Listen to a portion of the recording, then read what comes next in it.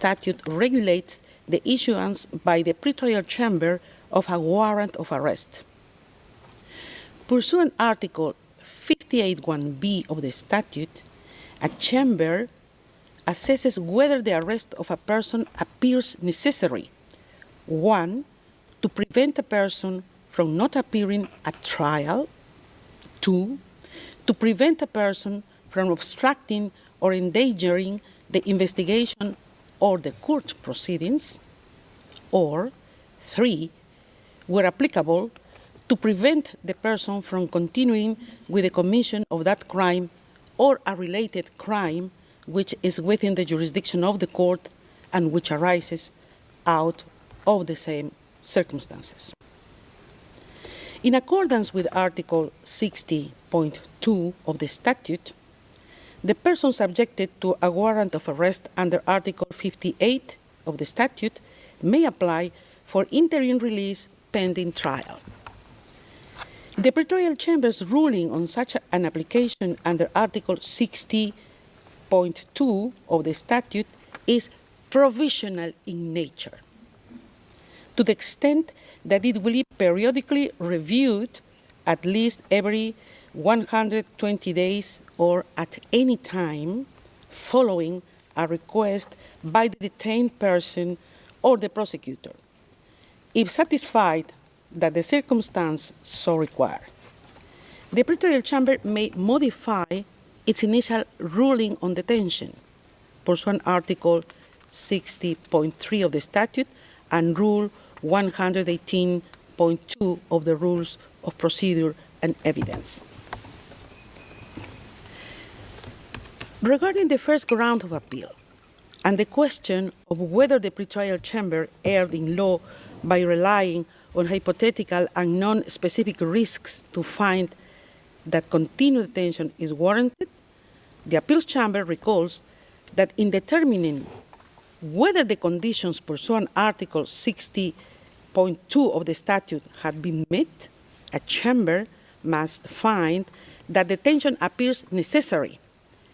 In this context, the appeals chamber observes that a determination shall be made concerning the possibility and not the inevitability that one of the events listed in Article 58(1)b of the statute will occur, and that it is the responsibility of the relevant chamber to weigh the evidence before it pursuant to the relevant standard.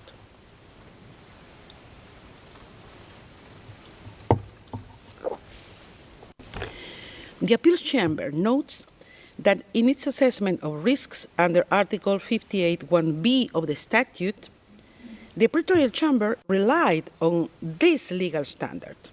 Indeed, the pretrial chamber correctly referred to the standard that the assessment under Article 58(1)b of the statute concerns the possibility, not the inevitability, of a future occurrence. It then analyzed the material before it against this standard. Accordingly, the defense has failed to demonstrate that the pretrial chamber misapprehended the legal standard relevant to the assessment of risks under Article 58(1)b of the statute. With regard to the pretrial chamber's assessment and weighing of evidence in assessing risks pursuant Article 58(1)b, subparagraph 2 of the statute, the appeals chamber notes that the pretrial chamber made reference to 5 documents, including media articles, publications of non-governmental organizations, and a book which, in its view, indicated that Mr. Duterte's inclination to interfere with investigation against him. In relation to the first document, a media article, the appeals chamber finds that it was not unreasonable for the pretrial chamber to rely on this document for its finding. Whilst this document does not mention Mr. Duterte himself as being directly involved in briefing individuals, it does not refer to statements of close, it does refer to statements of close associates, including one where individuals would have been told to remain loyal. In any event, the appeals chamber observes that Mr. Duterte's alleged involvement in briefing individuals is but one of the factors that the pretrial chamber took into account to support its conclusions on Mr. Duterte's inclination to interfere with investigations against him. In relation to the other 4 documents, a book, 2 publications of non-governmental organizations, and a press article, the appeals chamber recalls that there does not exist in the applicable law of the court any impediment to use of newspapers, articles, or other public or open sources for the purposes of assessing the requirement under Article 58(1) of the statute. Nor is there any requirement that such material be corroborated. Noting this, the appeals chamber considers that it is possible to discern how the pretrial chamber reached its conclusion on Mr. Duterte's alleged involvement in the threatening and taking of retaliatory actions against individuals opposed to him. In any event, the appeals chamber observes that this is only one of the factors that the pretrial chamber took into account to support its conclusion on Mr. Duterte's inclination to interfere with investigations against him, and more generally on the risk of Mr. Duterte obstructing or endangering the investigations or the court proceedings.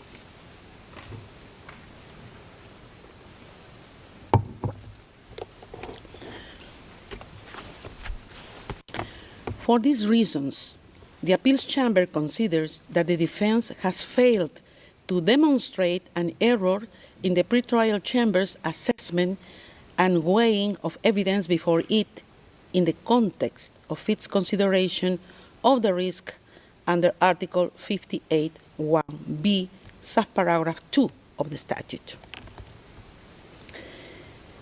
In relation to the pretrial chamber's reliance on the notion of a network of supporters, the appeals chamber recalls that it has considered that it is sufficient for a chamber to establish that it is possible that a suspect had the necessary assets to abscond, and that there is a risk that a suspect has the financial means to abscond on the basis of concrete evidence. The appeals chamber has also held that the existence of a supportive network and financial means may be relevant to determining whether there is a risk that a person may evade justice or interfere with the investigation, and that access to the international contacts could provide the means to enable a suspect to abscond, whether or not there was evidence that the suspect would actually utilize such contacts. In the impugned decision, in determining whether Mr. Duterte posed a flight risk under Article 58(1)(b), subparagraph 1 of the statute, the pretrial chamber considered that he appears to have the necessary political contacts as well as to benefit from a network of support within the Philippines. The appeals chamber considers that contrary to the defense's argument, the pretrial chamber specifically outlined why it found that there existed a network of supporters in relation to Mr. Duterte, and for which reason this supported its conclusion that the risk under Article 58(1)(b), subparagraph 1 of the statute was established. In the view of the appeals chamber, the manner in which the pretrial chamber undertook this assessment was case-specific, as it took into account the specific circumstances of Mr. Duterte, amongst others, his position as former president of the Philippines and his recent re-election as mayor of Davao City in May 2025. It follows that the defense has failed to demonstrate that the pretrial chamber committed an error in assessing and considering Mr. Duterte's network of supporters for the purpose of its examination of the risk under Article 58(1)b, subparagraph 1 of the statute. Further, under the first ground of appeal, the defense argues that the pretrial chamber's alleged reliance on irrelevant considerations led to errors of law and fact. Regarding the arguments on the assessment of evidence, and in particular, the defense's contention that a number of factors relied on by the pretrial chamber were irrelevant, the appeals chamber notes that when assessing the risk under Article 58(1)b, subparagraph 1 of the statute, the pretrial chamber relied on several factors in support of its finding that such risk existed.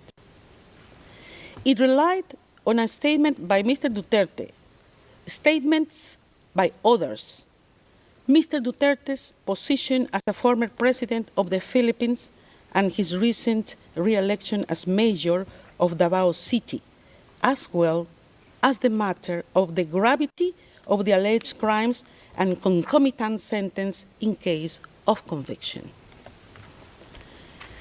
The appeals chamber observes that the defense does not explain why, in its view, these factors were irrelevant to the pretrial chamber's assessment. Without more, the defense has failed to substantiate that the pretrial chamber's reasoning and assessment were unreasonable.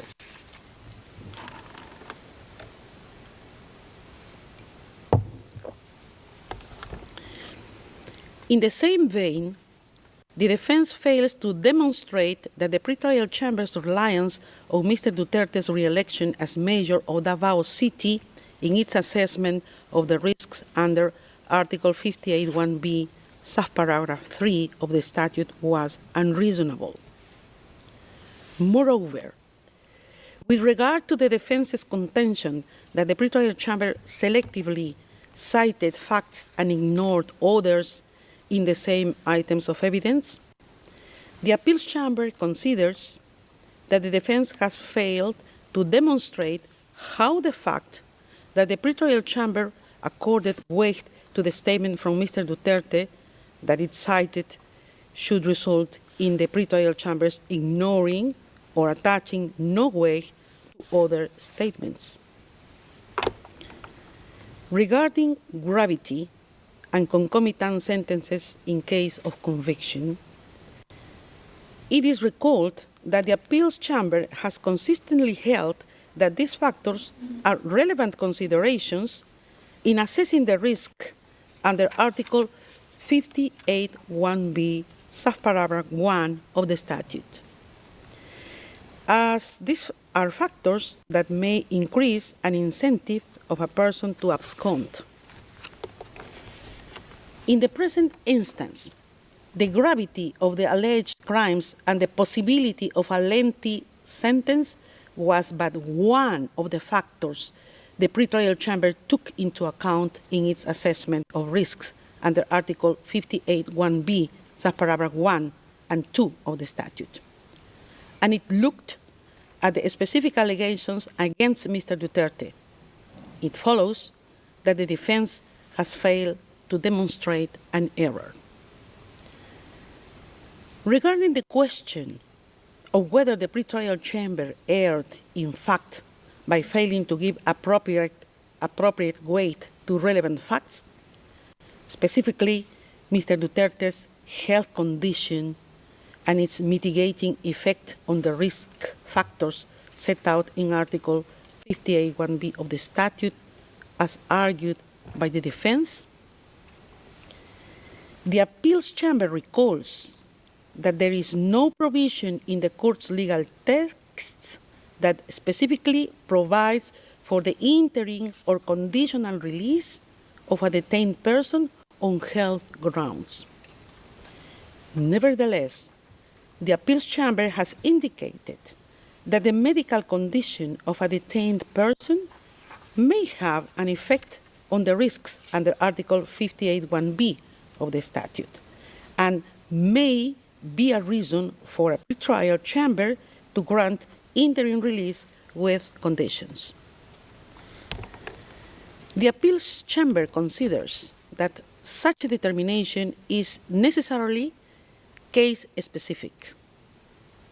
Contrary to the defense's assertion, nowhere did the pretrial chamber suggest that it was precluded from assessing the information about Mr. Duterte's health within the context of its assessment under Article 60.2 of the statute. Rather, it noted the reports placed before it and considered that they were unable to affect its finding on risks under Article 58(1)(b) of the statute. The defense has failed to show that the pretrial chamber's approach was unreasonable. For these reasons, having rejected the defense's argument under this ground of appeal, the first ground of appeal is rejected.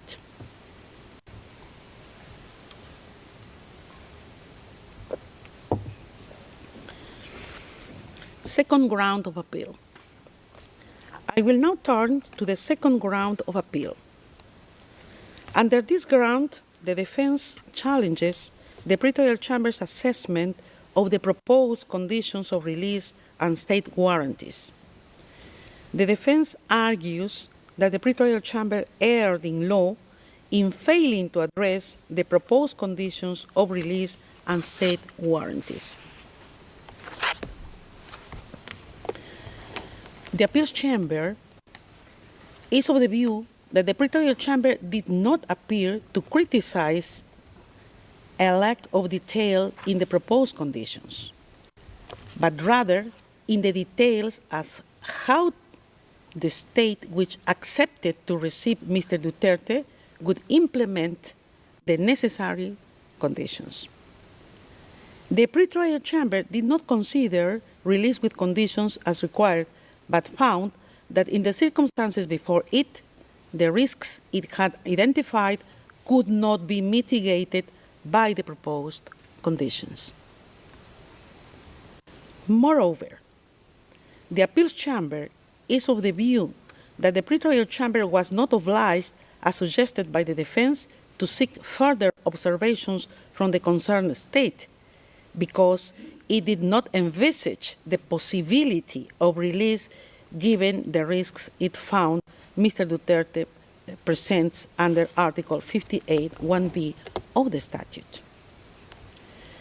For these reasons, the appeals chamber finds that the defense has failed to identify an error by the pretrial chamber when addressing the proposed conditions of release and state warranties.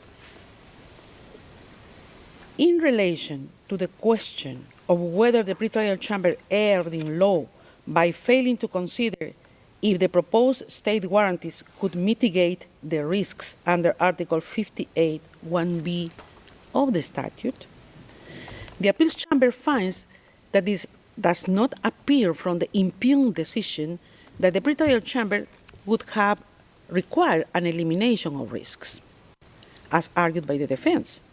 Instead, the impugned decision specifically states that the pretrial chamber did not consider the suggested conditions to sufficiently mitigate the identified risks.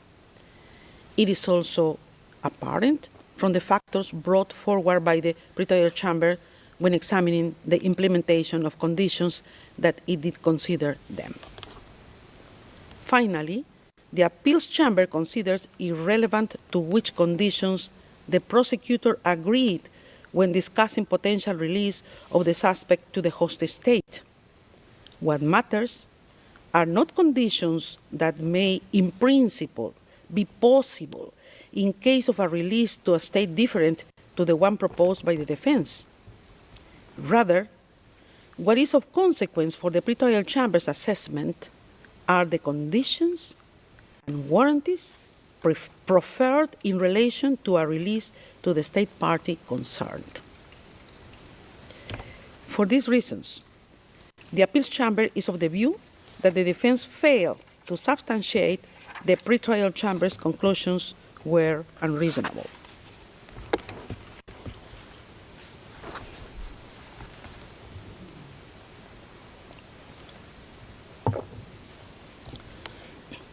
Regarding the defense's contention that the pretrial chamber erred in fact and law by taking into account irrelevant considerations in respect to the state warranties, the appeals chamber considers that the pretrial chamber's finding mainly related to the implementation and enforcement of the proposed conditions.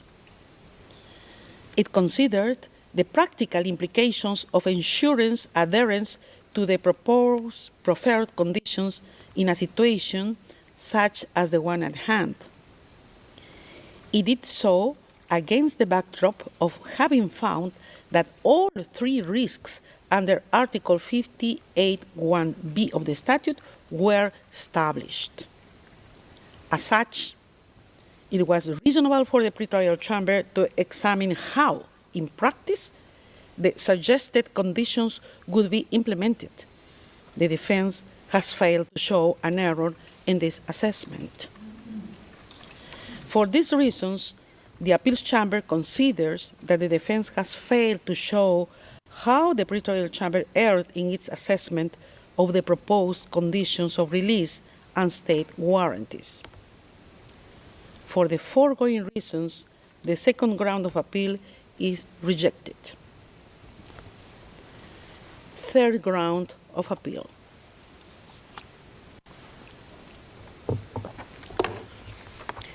Regarding the third ground of appeal, within which the defense argues that the pretrial chamber erred in not considering humanitarian grounds either as independent consideration or mitigating factor in assessing interim release, the appeals chamber considers that the pretrial chamber did not refuse to address the question of interim release on humanitarian grounds. Rather, it gave the reasons for which, in its view, the humanitarian grounds advanced by the defense were not sufficiently set out in the case at hand. Further, the appeals chamber recalls that the medical condition of a detained person may be a reason for a chamber to grant interim release with conditions, and that the chamber enjoys discretion when deciding on conditional release. The appeals chamber considers that it is not apparent from the pretrial chamber's assessment that it was unreasonable. The pretrial chamber found the existence of risks under Article 58(1)(b) of the statute, which were not mitigated by Mr. Duterte's purported condition, and also could not be mitigated by any condition imposed upon release. The pretrial chamber then proceeded to analyze whether humanitarian grounds, as argued by the defense, could justify release on conditions. The appeals chamber thus considers that the pretrial chamber assessed the relevant information before it in light of the arguments made by the defense and reached its conclusion on this basis. It follows that the defense has failed to demonstrate that the pretrial chamber's assessment was unreasonable. Accordingly, the appeals chamber finds that the defense has failed to show that the pretrial chamber erred in its assessment. For these reasons, the third ground of appeal is rejected. Finally, the appeals chamber notes that the pretrial chamber reached its conclusions in relation to the risks enumerated in Article 58(1)(b) of the statute on the basis of a comprehensive assessment of the information before it. In the present case, having rejected the 3 grounds of appeal presented by the defense in the appeal brief, the appeals chambers unanimously confirms the impugned decision. This brings us to the end of the summary of the appeals chamber's judgment. The judgment will be notified to the parties and participants after the hearing. Translations of the summary will also be available in due course. I would like to thank the court reporters, interpreters, and other registry staff for their valuable assistance today in holding this hearing. The hearing is adjourned. All rise. We will